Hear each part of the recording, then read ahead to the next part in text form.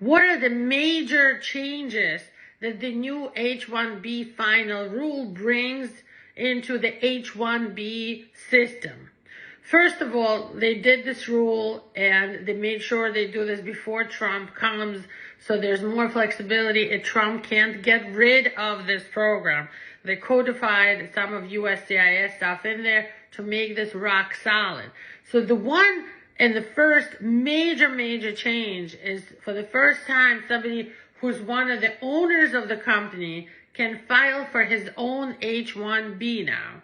They're going to be called the beneficiary owner, and they have to satisfy 3 conditions, such as proving a real employer-employee relationship. In other words, he can get fired and hired by the company and supervised and sanctioned.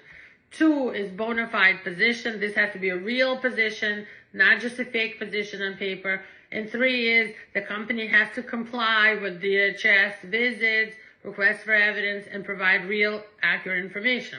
So that's only the first major change. The second change is a longer cap gap for students who are going from an F1 student visa to H1B. The rule extends the flexibility for somebody who has an F1 student visa changing their status to H1B to avoid disruptions in their lawful status, and extends the gap protection from October 1 to up to April 1 of next year. Also, there's going to be a deference to prior USCIS adjudications.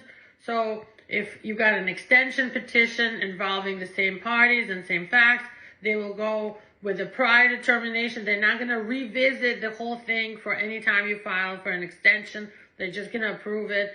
And finally, they're codifying the USCIS authority to conduct site visits. So there will be more site visits, but generally speaking, almost everyone is still going to be getting a 3-year visa, less hardship, less difficulty, extending a prior petition. And now this is like the biggest major change is that the owner of the company can file for themselves, but you have to prove this is real, that they can be fired and hired by the company, and they will get less time, only 18 months if you're a beneficiary owner. In other words, if you're one of the owners, you're not going to get the 3 years like everyone else. But other than that, this is a really great new rule, and we welcome this rule for H1B visas going forward. If you have an immigration problem, give us a call today, or even if you want to file for an entrepreneur position, H1B, or any other visa, call us today.